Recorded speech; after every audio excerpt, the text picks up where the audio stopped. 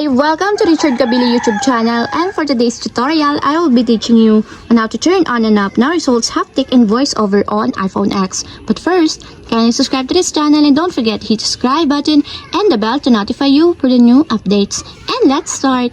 Using your iPhone X, from your home screen first, go to Settings. Then in the settings, scroll down and find the accessibility, then tap.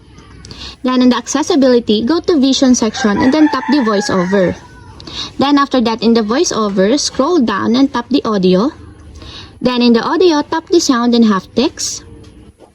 Then after that, in the sound and haptics, scroll down again and go to voiceover feedback section and then tap the no results. Then in the no results, find the haptic, and as you will see, there's a switch button located on the side of it. Then all you have to do is just tap it to enable until it becomes green. And if you want to disable or turn off, just tap again the switch button, just like this. And that's it, we have successfully turned on and off no results haptic and voiceover on iPhone X. If you have a question, can you comment down below, and don't forget to hit the subscribe button and the bell to notify you for the new updates. And thanks for watching!